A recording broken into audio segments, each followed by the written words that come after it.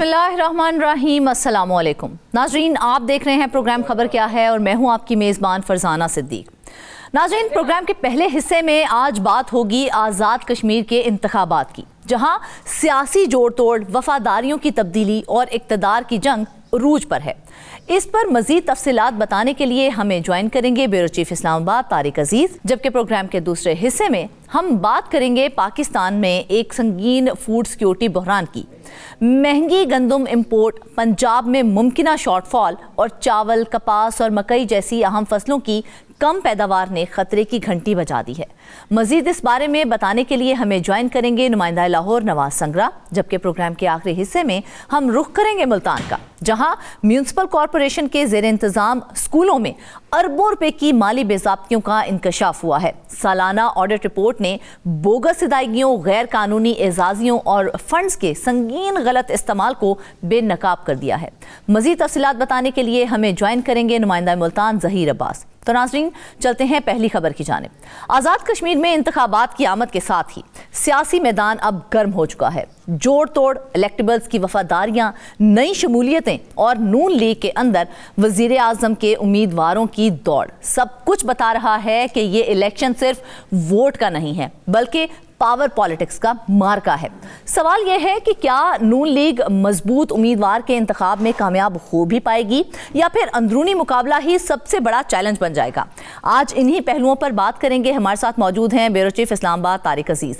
तारिक, सबसे पहले तो ये बताइएगा ना कि आज़ाद कश्मीर में इंतखाबात के करीब आते ही पॉलिटिकल इंजीनियरिंग और जोड़ तोड़ जो है वो इस कदर तेज क्यों हो गई है? जी थैंक यू जी, आपने मुझे मौका दिया। आज़ाद कश्मीर की पॉलिटिक्स के ऊपर जो है मेरा थोड़ी स्टडी है भी है। और जिस दिन मैं आपको ये बताऊं, मुस्लिम लीग नून आज़ाद कश्मीर कैम हुई थी, नवाज शरीफ साहब वहाँ पे मुजफ्फराबाद गए थे, मैं उनके साथ गया था। ये मेरे सामने पैदा हुई है मुस्लिम लीग नून 2010 में।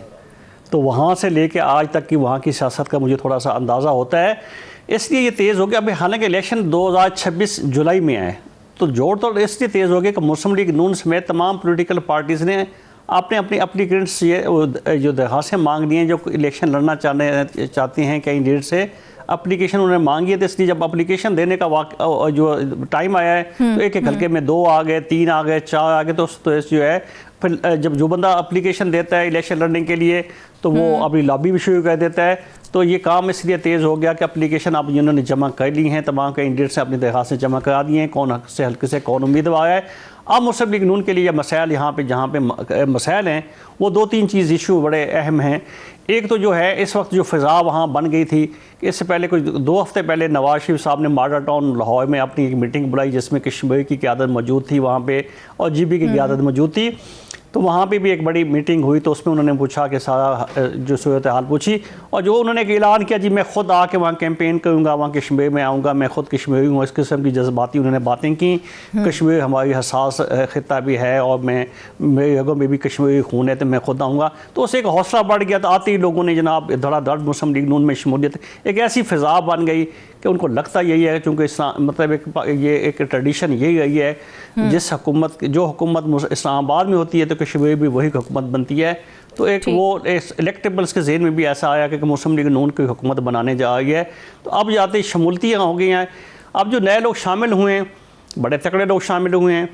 अभी बाग के हल्के से जो एक ब्रिगेडियर मोहम्मद खान शामिल हुए हैं, तकड़ा भी है, पैसे में भी हैं, बरादरी सबसे बड़ी बरादरी उनकी है। वहाँ ऑलरेडी मुश्ताक मिन्हास साहब भी कैंडिडेट है। मुश्ताक मिन्हास जो है वो मुस्लिम लीग नून के बानियों में से हैं। अब वहाँ पे एक राजा यासीन साहब हैं, वो मुस्लिम कॉन्फ्रेंस छोड़ के आए थे, तो इस बुनियाद पे वो आए थे, जी मुझे टिकट देंगे। तो अब उस हल्के में राजा यासीन भी हैं, मुश्ताक मिन्हास भी हैं, ब्रिगेडियर मोहम्मद खान भी आ गए हैं। इस किस्म के बाकी हल्कों में भी ये सूरत हाल मौजूद है कि मुस्लिम लीग नून को अपना एक टिकट के लिए फ़ाइनल उम्मीदवार जो है मुश्किल हो जाएगी, क्योंकि हर हल्के में 2 से 3 कैंडिडेट जो है वहाँ पे मौजूद हैं। अब इसमें मुस्लिम लीग नून क्या कहती है, फ़ैसला कैसे होता है। इसके साथ ही जब ये इलेक्शन के लिए एप्लीकेशन मांग ली गई, लोगों ने दरखास्तें दे दी, अब लॉबिंग स्टार्ट हो गई है। लोगों ने अपनी टिकट के हसूल के लिए मुख्तलिफ जो है ग्रुप्स जो हैं PMLN के अंदर भी हैं, ये इसके ऊपर एक बड़ी जो है एक मुहिम तेज़ भी हो गई है और खींचा ताना भी हो गई है। एक दूसरे की मुखालफत भी है, जो टिकट देना चाहते हैं, जो दूसरा नहीं देना चाहते, उसको नहीं देना चाहते। तो लॉबिंग, ग्रुपिंग और ये सब सिलसिला वहाँ पर शुरू हो चुका है। अब इसके ऊपर प्राइम मिनिस्टर के कैंडिडेट भी अभी से जो है ना लोगों ने अपने आप को कहलवाना शुरू कर दिया है, क्योंकि पाकिस्तान और यहीं भी कि जो वोटर का मिजाज होता है वो देखते हैं कि किस पार्टी की गवर्नमेंट आने वाली है, प्राइम मिनिस्टर कौन बनेगा। तो अब प्राइम मिनिस्टर के कैंडिडेट भी डिस्कस जो है वो भी एक जो है तफसील भी सामने आ चुकी है, कौन कहाँ किसके पास किसकी पर्ची है। तो एक दो ऐसे नए कैंडिडेट भी हैं जो बड़ा सरप्राइजिंग होंगे। सबसे पहले तो शाह गुलाम कादर हैं जो पार्टी के सदर हैं। ट्रेडिशन वहाँ पे यही होती है, किसी भी सियासी जमात की होती है, जो पार्टी का सदर होता है वही प्राइम मिनिस्टर बनता है। तो पहले भी कश्मीर में ऐसे ही हुआ था, राजा फ़ारूक हैदर पार्टी के वहाँ पे प्रेसिडेंट थे, तो फिर प्राइम मिनिस्टर का ओहदा भी उन्हें दिया गया था। अब मुस्लिम लीग नून AJ के जो सदर हैं वो शाह गुलाम कादर साहब हैं, वो कैंडिडेट हैं प्राइम मिनिस्टर के, वो 5 से 6 दफ़ा MLA भी रहे हैं, बड़े सीनियर पॉलिटिशियन हैं। लेकिन मुश्ताक मनास जो हैं उनको ये हासिल है या वो है, वो नवाज शरीफ साहब के बड़े क्लोज़ हैं, पार्टी के क़यादत जो बिलखुसूस CM पंजाब के और नवाज शरीफ साहब के बड़े क्लोज़ हैं। अभी जब ये सब कश्मीरी क़यादत नवाज शरीफ को मिलने के लिए मॉडल टाउन गई थी 2 हफ्ते पहले, तो उसमें मुश्ताक मनास को नवाज शरीफ साहब ने अलग से टाइम दिया। बाकी तमाम 15 से 20 लीडर तो जो थे कश्मीर से उनको अलग मिले, लेकिन मुश्ताक मनास से उन्होंने 1-1 मुलाकात की। तो इस हवाले से उसकी खबरियत ये आ गई, देखिए पूरी क़यादत बाहर बैठी हुई है, एक्स प्राइम मिनिस्टर बाहर बैठे हुए हैं, बाकी क़यादत जो पार्टी का सदर भी वहाँ पे नहीं है। तो मुश्ताक मनास साहब को एक्सेस हुई तो उन्होंने वहाँ पे जो अलग से एक मुलाकात की, तो उससे एक फ़ज़ा बन गई कि शायद नवाज शरीफ साहब का झुकाव जो है इनके मुश्ताक मनास की तरफ है, इसलिए शाह गुलाम कादर है। लेकिन एक अब नया जो खबर मैं आपको दे रहा हूँ उस पर यह है कि ये एक बड़ा इस्लामाबाद में एक बड़ा मॉल है, आपको पता है, वो एक बड़ा मॉल भी है, वहाँ 6 स्टार होटल भी है। उनके जो मालिक हैं, ऑनर जो हैं सरदार यासिर अलियास, तो वो भी मैदान में जो कूदने के लिए तैयार हैं, चूँकि उनके भाई प्राइम मिनिस्टर रह चुके हैं। तो उसकी फैमिली में भाइयों का आपस में बहुत ज़्यादा शदीद झगड़ा भी है, इख्तलाफ भी है, दुश्मनी की हद तक। तो उनके भाई जो को पाकिस्तान जो है तहरीक इंसाफ से प्राइम मिनिस्टर बने थे, तो अब यासिर अलियास खान वो इस वक्त वज़ीर-ए-आज़म पाकिस्तान शहबाज शरीफ के मुआवन ख़ुसूसी टूरिज़म के ऊपर भी हैं। ऑलरेडी वो हुकूमत का हिस्सा हैं, मुस्लिम लीग नून में शामिल हो चुके हैं, तो वो भी प्राइम मिनिस्टर बनने की जो है वो उस दौड़ में शामिल हो चुके हैं। तो अब उनके पास पैसे की ये जो सारी सिचुएशन आप हमें बता रहे हैं, इसके अंदर जो इलेक्टेबल्स की जानिब से वफादारियां बदलने का जो अमल है ना, वो हमने देखा है खासा तेज हो गया है। सियासी गहमा गहमी जैसे ही बढ़ रही है ना, तो ये जोड़ तोड़ का सिलसिला बढ़ता जा रहा है। तो क्या ये हम इसको कहें कि कश्मीरी सियासत की पॉलिटिकल रियलिटी है या फिर पार्टियों की कमजोरी है कि इस तरह के जोड़ तोड़ जो है वो तेज हो गए हैं? जी बिल्कुल, आपने ठीक कहा कि ये जोड़ तोड़ जो हुआ, जो वफादारियाँ बदलने के लोटा यहाँ भी होते हैं वहाँ भी होते हैं। एक मीर अली अकबर है, वो 3 दफ़ा मुस्लिम लीग छोड़ के गए, 3 दफ़ा वापस आए। इवन कि उन्होंने मुस्लिम लीग नून को गालियाँ भी दी, नवाज शरीफ साहब को भी क़यादत गालियाँ दी, वापस आके बैठे और टिकट भी मांगना चाहते हैं। तो ये खैर क़यादत फैसला करेगी उनका क्या होता है। तो वो जो अब ये मुस्लिम लीग नून एक तरीके से उनको खुशी भी मना रही है। वो मुस्लिम लीग नून कहती है जी हमारे सबसे ज़्यादा इलेक्टेबल्स हमारे पास आए हैं, राजा साकिब मजीद हैं, मुस्लिम कॉन्फ्रेंस छोड़ के हैं, राजा यासीन छोड़ के हैं, ब्रिगेडियर मोहम्मद खान आए हैं, मीर अली अकबर आए हैं। इसके अलावा आने वाले दिनों में और लोग भी शामिल होंगे। तो एक तरफ तो उनके लिए ये बड़ा हौसला अफजा बात है, खुशी की बात है जी लोग हमें ज्वाइन करें। लेकिन एक मुश्किल ये होगी कि वहाँ ऑलरेडी जो कैंडिडेट बैठा हुआ है, जिसने पहले 2 इलेक्शन लड़े हैं, 3 लड़े हैं, क्या उसका जो 3 दफ़ा जीता है या 2 दफ़ा जीता है या 2 दफ़ा उसने कुछ शिकस्त हुई है, उसका टिकट छीन के नए बंदे को कैसे दिया जाए? हाँ, एक ये मुश्किल उनको होगी। अच्छा, जो नया आएगा तो वो टिकट मांगेगा, वो आया इसीलिए है। और जो वहाँ पहले ऑलरेडी बैठा हुआ है, इलेक्ट हुआ है या नहीं हुआ, टिकट होल्डर है या MLA है, वो टिकट छोड़ेगा नहीं। तो ये उनके लिए खुशी का बहस भी है और एक डिफिकल्टी भी है, उनके लिए इम्तिहान भी है। फंस सकती है नून लीग के लिए, क्या प्रॉब्लम्स आ सकती हैं? क्योंकि देखा जाए तो नून लीग ने जो ख्वाहिशमंद उम्मीदवार हैं उनसे दरख्वास्तें तो तलब कर ली हैं, मगर क्या फाइनल कैंडिडेट का इंतखाब जो है नून लीग के लिए सबसे मुश्किल मरहला नहीं बन जाएगा यहाँ पर? यकीनी तौर पर यही बात मैंने कही कि उनके लिए जो है अभी तो वो खुशी के वो शादियाँ ने बजाए जाए कि मुस्लिम लीग नून में फलां भी आ गया, फलां भी आ गया, फलां भी आ गया, फलां भी आ गया। अब फलां में से टिकट तो एक को मिलेगा ना, जब बाकी को टिकट नहीं मिलेंगे तो अब उसमें कितने ऐसे कमिटेड हो गए कि नहीं जी हमें टिकट मिले नहीं मिले, हम नवाज शरीफ के साथ खड़े हैं, जो कैंडिडेट उसको देंगे। या फिर दूसरी सूरत जो ज़्यादा होता है, जिसको टिकट नहीं मिलता, वो कहते हैं जी मैं आज़ाद लड़ूंगा। जब वो आज़ाद लड़ेगा तो वो मुस्लिम लीग नून का वोट तकसीम होगा। तो इस हवाले से भी मुस्लिम लीग नून को एक मुश्किल लाजमी आएगी। शमूलियतें हो रही हैं नून लीग के अंदर, हम पार्टी को किस तरह से देख रहे हैं आप? ये पार्टी को मजबूत कर रही हैं या फिर अंदरूनी तौर पर कंपटीशन और कॉन्फ्लिक्ट मजीद बढ़ा रही हैं? ये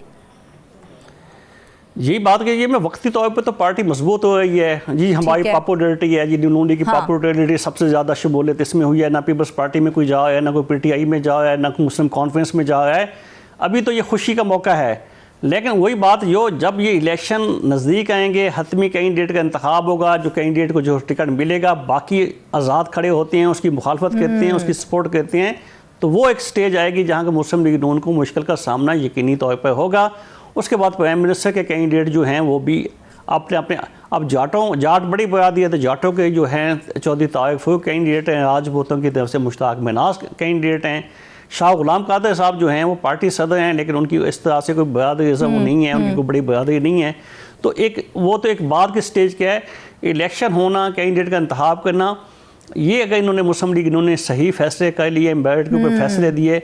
कश्मीर की सियासत में, पाकिस्तान में भी ऐसा होता है यकीनी तौर पर, पैसे का वहाँ बहुत अमल दखल होता है, क्योंकि उनके पास जो पैसा का बहुत ज़्यादा इस्तेमाल भी होता है, फिर बरादरीज़म भी होता है। ये 2-3 फैक्टर तो होते हैं। ये आपने तो अच्छी खासी स्टडी की है इस हवाले से। आप जिस तरह से बता रहे हैं कि बहुत ज़्यादा शमूलियतें हो रही हैं, जोड़ तोड़ का सिलसिला भी जारी है, तो ये जो नए शामिल होने वाले उम्मीदवार हैं, ये कब तक स्टैंड करेंगे नून लीग के साथ? क्योंकि जाहिर है, आपने जिस तरह से कहा, नून लीग जिसको टिकट देगी वो तो रहेगा, लेकिन बाकी जो आज शमूलियत इख्तियार कर रहे हैं, क्या वो इन इंतखाबात के फौरी बाद फिर से अलहदा हो जाएंगे?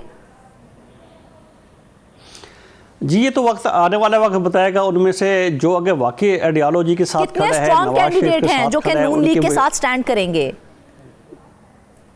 आज इस तरह से जी नहीं है, लेकिन ये ज़्यादा इम्कान यही होता है जिसको टिकट नहीं मिलता तो वो फिर कहते हैं पार्टी में जाए, मैं भाड़ में मेरा पार्टी कहने मुझे टिकट नहीं हुआ तो मैं आज़ाद लड़ूंगा। जब वो पार्टी फिर रह जाती है, कोई एक बंदा होगा, 2 बंदे होंगे, शायद 3 बंदे ऐसे होंगे कैंडिडेट होंगे को कहे कि नहीं जी मैं आइडियोलॉजी के साथ खड़ा हूँ। कोई आइडियोलॉजी के वहाँ पे आप यहाँ भी कोई इतना नहीं है, तो वहाँ तो बिल्कुल नहीं है, बरादरीज़म भी है और वहाँ पे अपनी लॉबीज़ भी हैं। तो वहाँ पे यकीनी तौर पे जो एक मुश्किल आएगी कि कैंडिडेट जिसको टिकट नहीं मिलेगा तो वो मुखालफत पे उतर आएगा। तो इसमें मुस्लिम लीग नून को वहाँ पे सोच समझ के और उनको कन्विंस करना चाहिए कि यार जिसको टिकट नहीं मिलता वो पार्टी के साथ खड़ा हो। एक जो है, जो आपने हमें अभी बताई, क्योंकि हमने देखा है कि ये जो इंतखाबी मुहिम चल रही है, इसमें कायद मुस्लिम लीग नून नवाज शरीफ खुद जो है वो इस मुहिम का हिस्सा बने हैं, तो क्या ये नून लीग की गेम चेंजर स्ट्रैटेजी बन सकेगी? आज यकीनी तौर पे देखें जी, मतलब नवाज शरीफ साहब का वोट नवाज शरीफ के नाम पे पड़ता है, नवाज शरीफ पार्टी के लीडर हैं, उनकी वजह से ही पार्टी है। शायद देखें पिछला इलेक्शन जो कश्मीर का था, वहाँ पे CM पंजाब मरियम नवाज साहबा गई थी तो उनको ज़्यादा सीटें नहीं मिल सकी थी, वो अलग बात है, वहाँ हालात मुख्तलिफ थे। शहबाज शरीफ प्राइम मिनिस्टर ऑफ पाकिस्तान भी हैं, वो पार्टी के सदर भी हैं, यकीनी तौर पर उनका अपना काम है, काम के हवाले से उनकी अच्छी क्रेडिबिलिटी है। बट वोट के लिए जो फेस है ना, वोट का फेस लेने के लिए वो नवाज शरीफ ही हैं। ये अंदाज़ा उनको, उनकी पार्टी को भी है, इसलिए नवाज शरीफ साहब ने कि ये पैगाम दे दिया उनके ज़रिए अपनी कश्मीरी क़यादत को कि मैं खुद आऊँगा। और गिलगित बल्तिस्तान में उन्होंने कहा कि नहीं जी मैं खुद आऊँगा, क्योंकि वोट पड़ता है नवाज शरीफ के फेस को, उसकी शख्सियत को पड़ता है। बाकी सब जो हैं उनकी हैसियत वो नहीं है जो नवाज शरीफ की हैसियत है। बिल्कुल। तो एक वहाँ पर एक और मसला होगा जो अभी से है, इलेक्शन के लिए सबसे बड़ा चैलेंज होगा। जो एक जॉइंट एक्शन कमेटी बनाई गई थी आज़ाद कश्मीर के हकूक़ के लिए, आपको याद होगा, जिन्होंने धरना दिया, पूरा अपना कश्मीर ब्लॉक कर दिया, तो उन्होंने 90 दिन का इनको डेडलाइन दी थी हुकूमत पाकिस्तान को, इस्लामाबाद को। 90 दिन जो ख़त्म हुए हैं वो 4 जनवरी को ख़त्म हो जाएंगे।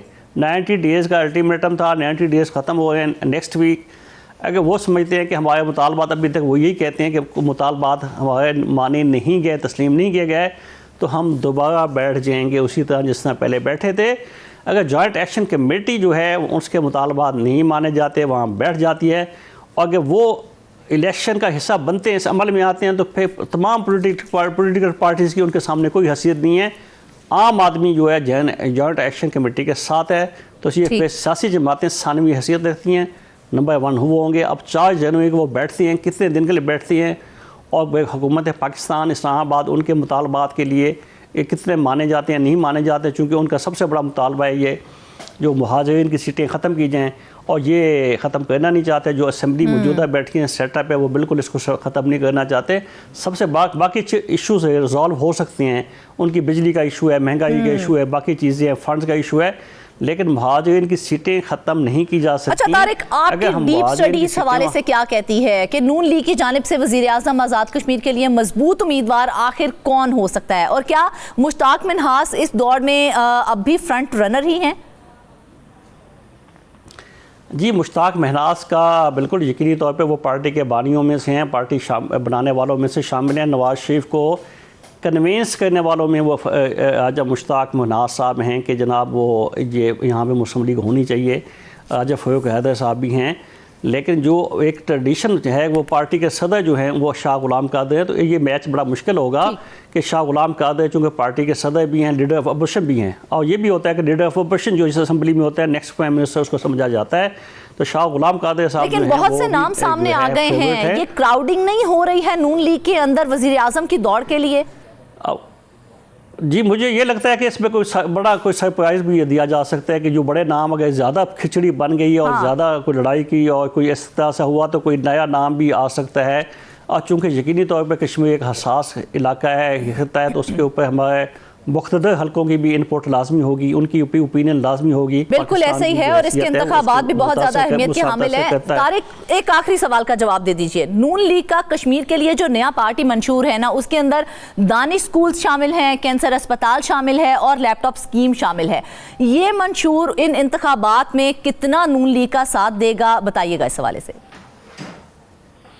जी बिल्कुल, जो मीटिंग में जिसका मैंने जिक्र किया, जो गैर में जाती उम्र में मीटिंग हुई, तो उसमें नवाज शरीफ साहब ने इनको कहा सबको कि जो कमेटी बैठी थी कि आप अपना मैनिफेस्टो बना के लेके आए। तो उसके ऊपर मुश्ताक मिन्हास और बाकी लोगों का ख्याल था जी हमारा मैनिफेस्टो बनाया है, हम वो विजन लेके चलेंगे जो पंजाब का विजन है। जिस तरह पंजाब में काम हुआ है, लैपटॉप का भी हुआ है, हॉस्पिटल भी बन रहे हैं, बिल्कुल। तो इसके ऊपर मियां नवाज शरीफ ने बड़ा इत्मीनान के साथ किया। उन्होंने कहा यकीनी तौर पर पंजाब का विजन जो है वो बिल्कुल ठीक है, वो मॉडल हो सकता है, लेकिन इसमें आप और चीज़ें भी ऐड करें। तो इसके ऊपर एक कमेटी बना दी गई है। ठीक है, देखते हैं कि ये मंशूर नून लीग के लिए स्ट्रॉन्ग साबित होता है। नाज़रीन, अब हम आपको बताएंगे कि पाकिस्तान एक बार फिर से फूड सिक्योरिटी क्राइसिस की तरफ बढ़ता हुआ दिखाई दे रहा है। एक तरफ देखा जाए तो गंदम की महंगी इंपोर्ट पॉलिसी कौमी खजाने और किसान दोनों के लिए खतरा बन रही है, तो दूसरी जानिब पंजाब में 7 लाख टन गंदम शॉर्टफॉल के खदशात के बावजूद इंपोर्ट की मुखालिफत सामने आ रही है। अहम फसलों जिनमें चावल, कॉटन, मकई और मूंग की पैदावार में नुमायां कमी ने हुकूमती एग्रीकल्चर स्ट्रेटजी पर सवालिया निशान लगा दिया है। आज हम इन्हीं सवालात को सामने रखेंगे। हमें ज्वाइन किया है नुमाइंदा लाहौर नवाज संगरा ने। नवाज, सबसे पहले तो ये बताइएगा ना कि जब पंजाब में गंदम शॉर्टफॉल का खदशा मौजूद है तो फिर गंदम इंपोर्ट की मुखालिफत क्यों की जा रही है? देखें जी, शॉर्टफॉल का खदशा जो है वो बिल्कुल मौजूद है, लेकिन इंपोर्ट की मुखालफत जो है वो एग्रीकल्चर डिपार्टमेंट ने कर दी है। एग्रीकल्चर डिपार्टमेंट का ये कहना है कि जब पाकिस्तान के अंदर गंदम मौजूद है, ठीक है सूबों के पास गंदम मौजूद नहीं है, हाँ। लेकिन जो वफाक के ज़ेरे कंट्रोल महकमा पास्को है उसके पास गंदम जो है वो पड़ी है और तकरीबन 23 लाख टन गंदम का जो है वो ज़ख़ीरा उनके पास पड़ा है। तो जो एग्रीकल्चर डिपार्टमेंट है उसने price control and commodities management से जो प्रपोज़ल आई थी उसको रिजेक्ट किया है और उसने कहा है कि इंपोर्ट करने की बजाय गंदम जो है वो अपने ही मुल्क में पड़ा जो पास्को का ज़ख़ीरा है वहाँ से ख़रीदी जाए। अब मामला ये है कि पास्को और जो price control and commodities management department है, सुना है वहाँ पर भी जो है वो कुछ चीज़ें जो है वो तय नहीं पा रही। जो price control and commodities management department है उसकी जानिब से ये कहा गया कि हम 3400 रुपये में जो है वो आपसे गंदम खरीदेंगे, जबकि जो पास्को है वो ये 4700 रुपये इसकी डिमांड कर रहा है कि अगर आप हमें 4700 रुपये पे करते हैं तो हम आपको जो है वो गंदम फराहम कर देते हैं। लेकिन मसला ये है कि पंजाब में इस वक्त जो पंजाब हुकूमत ने चेक किया है कि फ्लोर मिल्स के पास इस वक्त कितनी गंदम है, लोगों के घरों में कितनी गंदम है, तो उस हिसाब से ये अंदाज़ा लगाया जा रहा है कि हमें तकरीबन जो है वो 7 लाख टन गंदम की ज़रूरत है। और जो प्राइस कंट्रोल डिपार्टमेंट है उसने ही ये प्रपोजल जो है वो वफाक को भिजवानी होती है, क्योंकि इंपोर्ट जो है वो वफाकी हुकूमत का सब्जेक्ट है। तो उसने जब एग्रीकल्चर डिपार्टमेंट से ये तजवीज़ दी है तो एग्रीकल्चर डिपार्टमेंट चूँकि किसानों का महकमा है उसने कहा है कि अगर इस वक्त गंदम जो है वो इंपोर्ट कर ली जाए तो आगे मसला ये पैदा होगा कि फिर 2 साल पहले जो हुआ था कि जब गंदम हमारी अपनी बम्पर क्रॉप आ रही थी तो हमने गंदम जो है वो बाहर से इम्पोर्ट कर ली और 36 लाख टन गंदम जो है वो इम्पोर्ट कर ली। और अगर अब भी यही कहा जा रहा है कि अगर अब फिर एक दफ़ा गंदम जो है वो बैरून ममालिक से इस टाइम जाके इंपोर्ट कर ली जाती है, जो कि प्राइस कंट्रोल डिपार्टमेंट का कहना है कि अप्रैल तक जो है वो हमें 7 लाख टन चाहिए। अगर इस वक्त गंदम की जो है वो इम्पोर्ट कर ली जाती है तो कौमी ख़जाने पर तो बोझ है ही है, लेकिन दूसरी जानिब जो किसान है वो फिर बादल होगा। हमें समझ नहीं आती कि हम देख रहे हैं कि गंदम ही नहीं बल्कि राइस, कॉटन, मकई और मूंग जैसी अहम फसलों की पैदावार में भी खतरनाक हद तक कमी आ रही है, तो इसकी क्या वजह है? मैं थोड़ा सा इसका आपसे डाटा शेयर करना चाह रहा हूँ कि गुज़श्ता जो अभी सीज़न चल रहा है, इसमें जब गंदम की क्रशिंग सीज़न था तो इसमें हमने देखा कि 29 लाख टन जो है वो मुल्क भर में गंदम का हमें गुज़श्ता बरस की निस्बत जो है वो खसारे का सामना करना पड़ा। हमारी पैदावार जो है वो कम हुई। ऐसे ही है। दूसरे नंबर पर आप बात कर लेते हैं हम काटन की। काटन जो है इसका टेक्सटाइल जो है इसका हमारी एक्सपोर्ट में 4.19% जो है वो शेयर है। सबसे ज़्यादा हमारी जो है एक्सपोर्ट्स हैं वो टेक्सटाइल की हैं, और टेक्सटाइल में काटन का एक बड़ा अहम रोल होता है। तो उसमें ये कहा जा रहा है कि 2025-26 में जो काटन की पैदावार है वो 68,50,000 बेलें जो है वो हमने हासिल की हैं, जबकि गुज़श्ता बरस जो है वो हमने 70,08,000 बेलें जो हैं वो हासिल की थी। तो इसके अलावा हमारा रकबा जो है वो भी 49,40,000 से जो है वो इस बार जो है वो हमने काटन काश की, जबकि 50,38,000 जो है वो हमने गुज़श्ता बरस काश की थी काटन की। तो यूँ जो है वो गुज़श्ता बरस की निस्बत जो काटन की पैदावार में उसमें 3.7% कमी हुई है, और हदफ जो है वो 32%। आप देख लें कि हैरान को फिगर जो है वो सामने आया कि जितना हमने हदफ मुकर्रर किया था उसमें 32% के करीब जो है वो कमी रिकॉर्ड की गई। इसी तरह चावल जो एग्रीकल्चर में सबसे ज़्यादा एक्सपोर्ट होने वाली जिन्स है, उसकी भी गुज़श्ता बरस से जो पैदावार है वो 3.2% जो है वो कम हुई है, जबकि हदफ से चावल जो है वो 2.7% जो है वो कम हुआ है। हमारी पैदावार जो है वो भी कम हुई है, हमारा जो पैदावारी रकबा था वो भी कम हुआ है। उसके अलावा माश जो है इसकी मुल्क में जो है वो मजमूई तौर पर 11% जो है इसका रकबा कम हुआ है, और 6.8% जो है ये इसकी पैदावार में कमी आई है। पंजाब में जो रकबा है जो पैदावार है उसमें 42% जो है हमने देखा कि माश जो है वो कम उगाई गई, पैदा की गई। सिंध में जो है वो 7%, KPK में जो है वो 1.6%। इसी तरह आप देख लें कि माश की दाल हमारे हर घर में पकने वाली है, और आज देख लें कि सबसे ज़्यादा महंगी ना नवाज, मतलब प्याज टमाटर की बात करें ना वो भी बाहर से मंगवाए जा रहे हैं। तो मुझे ये बताएं कि किन ममालिक से सालाना और कितने अरब के प्याज और टमाटर जो है वो इम्पोर्ट किए जाते हैं?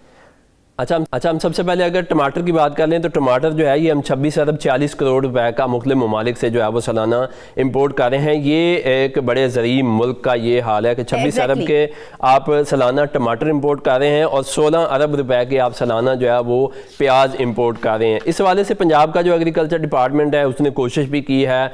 अगर हम उनके पास जाएँ तो वो कहते हैं कि हमने रकबे में तकरीबन 6 से 7 हज़ार एकड़ जो है वो हमने इजाफा किया है जो टमाटर का रकबा है, और हम ऑफ सीजनिंग जो है वो काश्त करवा रहे हैं। लेकिन आपने गुज़श्ता दिनों देखा कि 800 से 900 रुपए किलो जो है वो टमाटर फ़रोख्त हुआ। उसके अगर हम ममालिक की बात करें तो टमाटर जो है ये हम अफ़गानिस्तान, ईरान, अमेरिका से और नाइजीरिया से जो है वो हम इंपोर्ट करते हैं। इस तरह प्याज जो है वो हम अफ़गानिस्तान, ईरान, चाइना, उज़्बेकिस्तान और अमेरिका से जो है ये भी हम इंपोर्ट करते हैं। तो हमारा एग्रीकल्चर मुल्क के हालात ये हैं कि हम अपनी ज़रूरत का जो है वो प्याज और टमाटर भी जो है वो उगा नहीं सकते। इसमें एक बड़ा अहम पॉइंट है कि हमारे यहाँ ज़रख़ेज़ ज़मीनें हैं, हमारे यहाँ चारों मौसम हैं, जो भी हम चीज़ उगाना चाहें हमारे पास तमाम सहूलियात जो है वो मौजूद है। लेकिन मसला यहाँ पर उगा क्यों नहीं पाते हैं? हमने देखा एक ज़रूरी मुल्क होने के बावजूद भी हमारे पास क्या कैपेसिटी नहीं है या हमें उगानी ही नहीं आती हैं?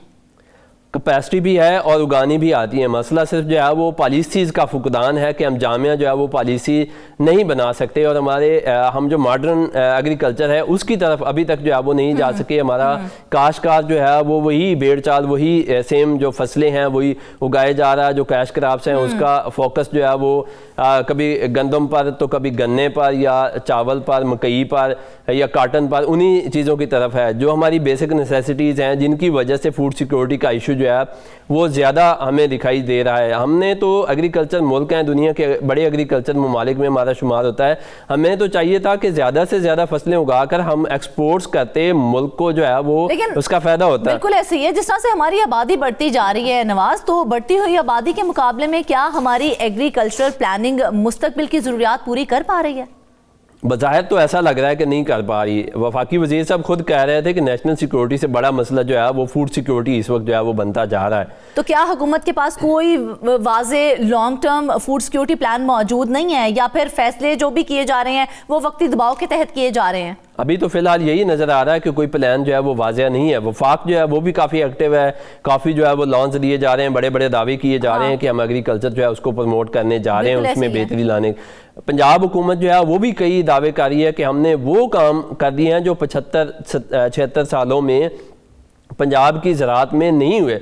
दावे तो बहुत किए जा रहे हैं, लेकिन अमली तौर पर आप देख लें कि आप जो है वो प्याज टमाटर भी जो बाहर से इंपोर्ट कर रहे हैं, आप दाल चना जो है वो 23 अरब रुपए की सालाना बाहर से इंपोर्ट करते हैं, दाल माश जो है वो 25 अरब की आप सालाना बाहर से इंपोर्ट कर रहे हैं। इसी तरह मसूर जो है वो 14 अरब की इंपोर्ट कर रहे हैं, और जो मूंग है वो भी 14 अरब की आप दुनिया के मुख्तलिफ ममालिक से जो है वो इंपोर्ट कर रहे हैं। अब आप देख लें कि ममालिक कौन से हैं। आप रशिया से मंगवाते हैं, तंजानिया से मंगवाते हैं, अमेरिका से दालें मंगवाते हैं, अभी आपकी इंडिया में जो पकने वाली ममालिक से हम जो है वो इम्पोर्ट कर रहे हैं, तो किस तरह से इसको फ़ायदा पहुँचेगा हमारी एग्रीकल्चर को?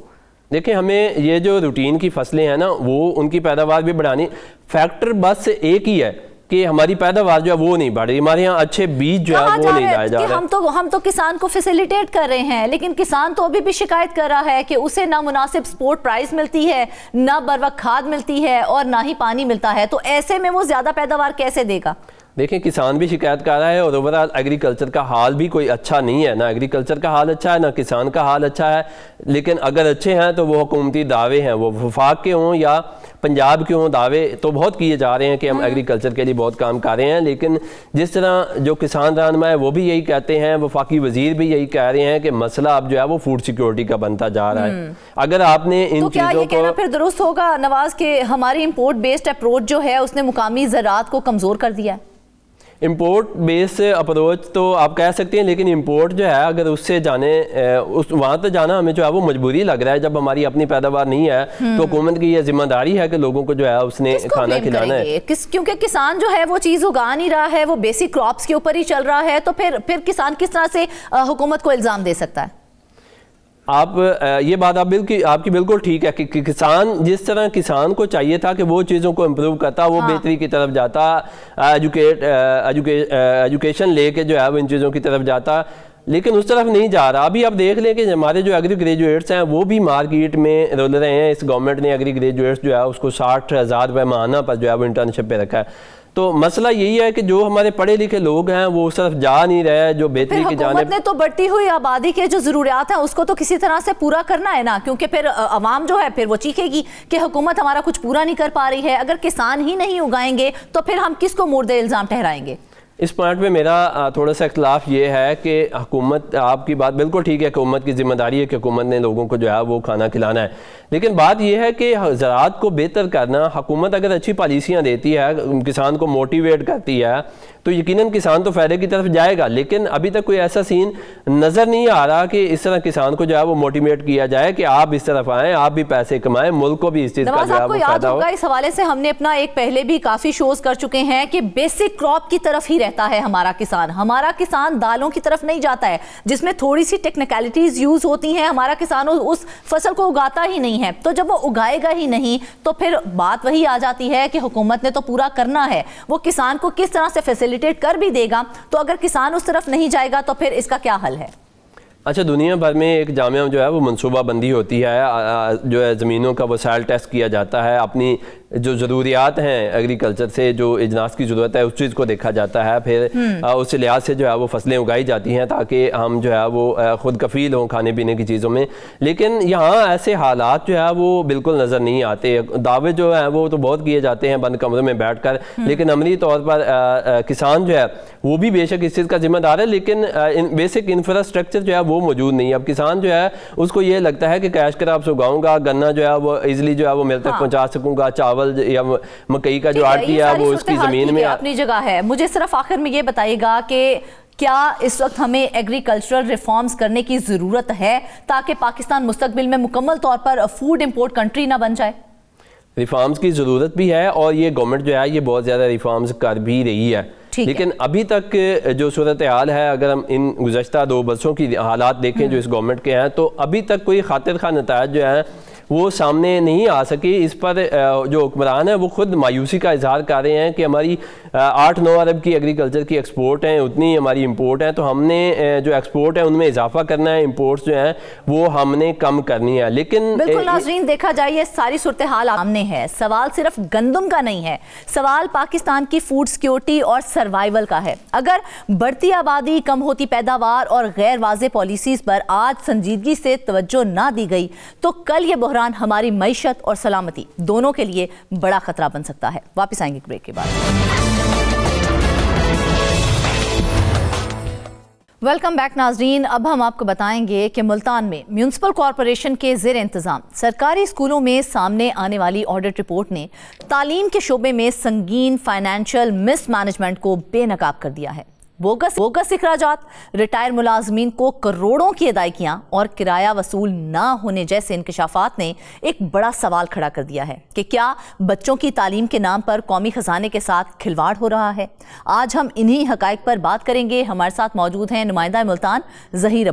ज़हीर, सबसे पहले तो ये बताइएगा ना कि बहुत ही अजीब सी बात है कि सालाना ऑडिट रिपोर्ट में 19 करोड़ रुपए से जायद की फाइनेंशियल इरेगुलरिटीज सामने आई हैं, उसके बावजूद जिम्मेदारान के खिलाफ फौरी एक्शन क्यों नहीं लिया गया है? जी शुक्रिया फरजाना। अगर बात की जाए फौरी कार्रवाई की तो साफ ज़ाहिर है एक प्रोसेस है।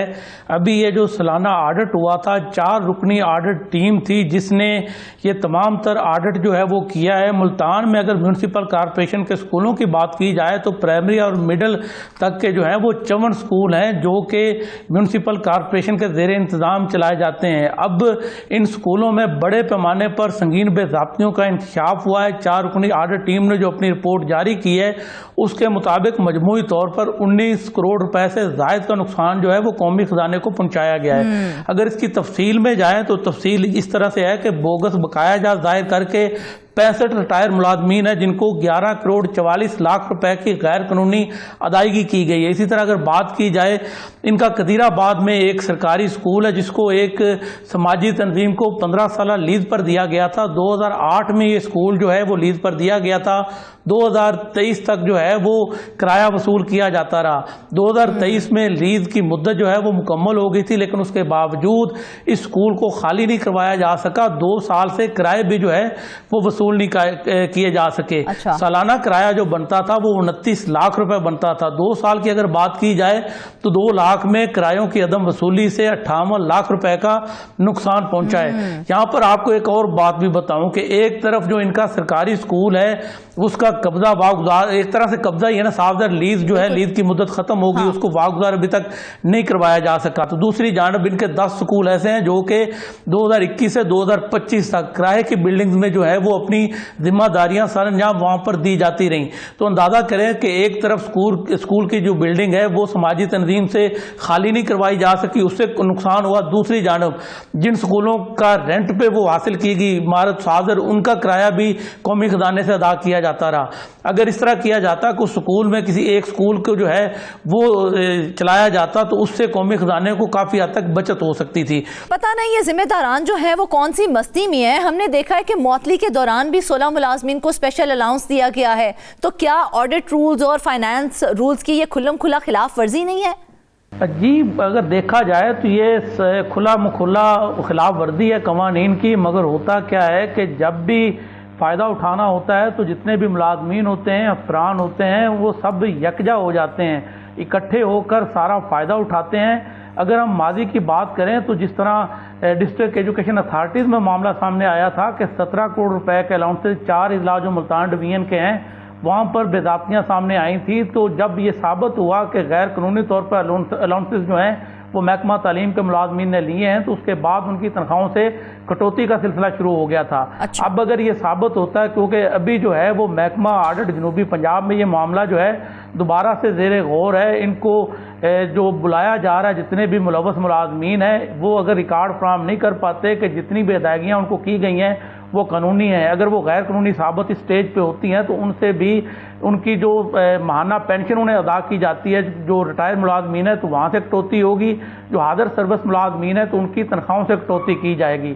ये कहना है जो मुतलका हुकाम है उनकी जानब से ये कहा जा रहा है। मादी में भी हमने देखा कि जब भी कोई इस तरह की बेज़ाब्ती साबित होती है तो मुलाजमीन की तनख्वाहें हों या पेंशन हो उसमें से कटौतियाँ की जाती हैं। लेकिन ज़हीर हमने ये देखा है ना कि यहाँ पर तो जो बंदा भी जितनी पावर होल्ड करता है वो उसी पावर का मिसयूज कर रहा है। 2 स्कूल हेड्स जो थे उनकी जानिब से 17 लाख रुपए तरक्याती कामों पर खर्च कर दिए गए, तो उसको पूछने वाला कोई नहीं है।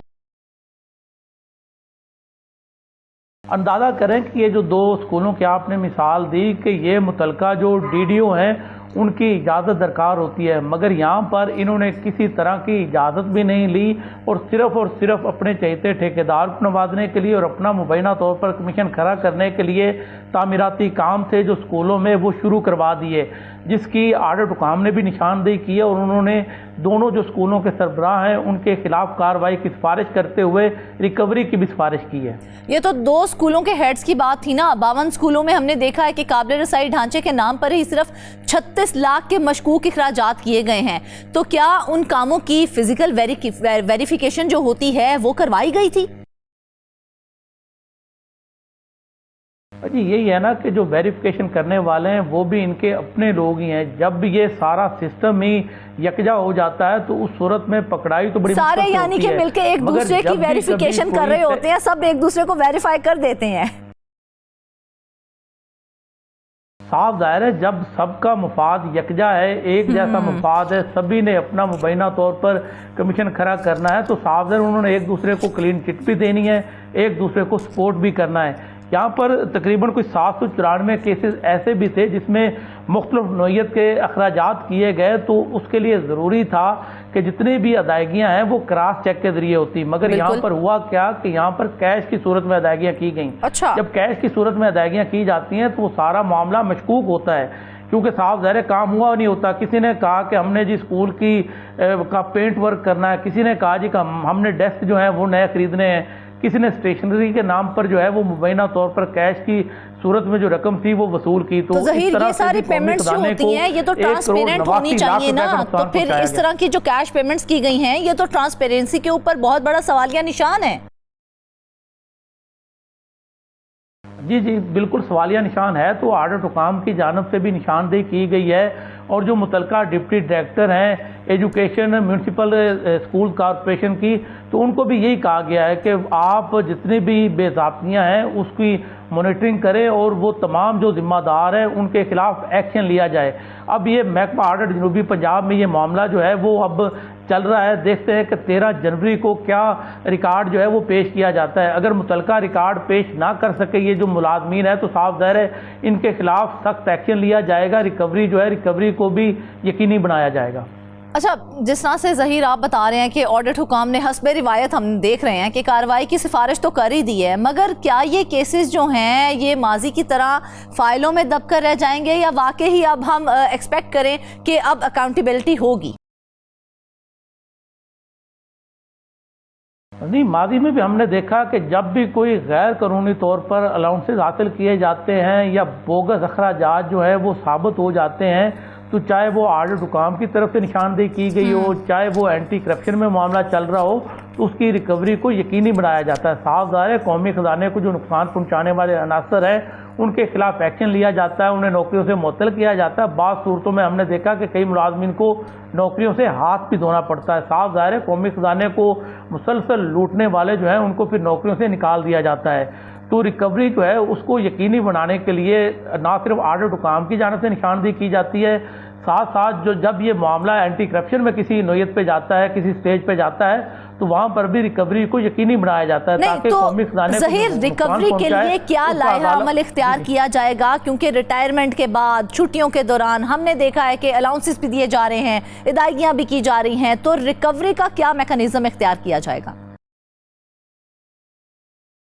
जी, रिकवरी का सिस्टम ये है कि जो हाजिर सर्विस मुलाजमीन होते हैं उनके खिलाफ अगर साबित हो जाए कि उन्होंने गैर कानूनी तौर पर कौमी खजाने से फायदा हासिल किया है तो उनकी तनख्वाहों से कटौती की जाती है। उन्हें बता दिया जाता है डिस्ट्रिक्ट एजुकेशन अथॉरिटी की जानब से कि आपने इतनी जायद वसूलियाँ जो हैं वो मुख्तलिफ औकात में 19 करोड़ रुपए से जायद की बेज़ाब्ते सामने आई हैं, मगर इसमें जो फ़ायदा उठाने वाले हैं वो सैकड़ों में उनकी तादाद है। किसी ने 1 लाख का फ़ायदा उठाया, किसी ने 4 लाख का फ़ायदा उठाया, किसी ने 10 लाख का फ़ायदा उठाया।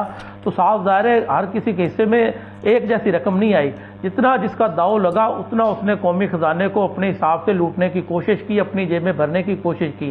अब देखा जाएगा कि सबसे ज़्यादा बेनिफिशरी कौन है, उस हिसाब से उसके खिलाफ एक्शन होगा। साफ ज़ाहिर रिटायर्ड मुलाजिम का क्या किया जाएगा, वो तो पहले रिटायर हो गए। तो जो उन्होंने रकम हासिल की है, जो उनको वसूलियाँ उन्होंने की हैं वो अदायगियां उन्हें करनी पड़ेंगी, वो सारी रिकवरी जो है उसको यकीनी बनाया जाएगा। बिल्कुल, रिकवरी को यकीनी बनाया जाएगा। नाज कहा जाए तो ये मामला सिर्फ माली बेज़ाब्तियों का नहीं है बल्कि हमारे बच्चों के मुस्तकबिल का है। अगर तालीम जैसे हसास शोबे में भी अकाउंटेबिलिटी ना हो तो सवाल सिर्फ 19 करोड़ का नहीं रह जाता, पूरे निज़ाम की साख का बनता है। देखना यह है कि क्या इस बार ऑडिट रिपोर्ट महज एक कागज रहेगी या वाकई ही जिम्मेदारों को कानून के कटहरे में लाया जाएगा। इसके साथ ही आज के प्रोग्राम से बस इतना ही। ढेर सारी दुआओं में याद रखिएगा। इजाजत दीजिए। अल्लाह हाफ़िज़।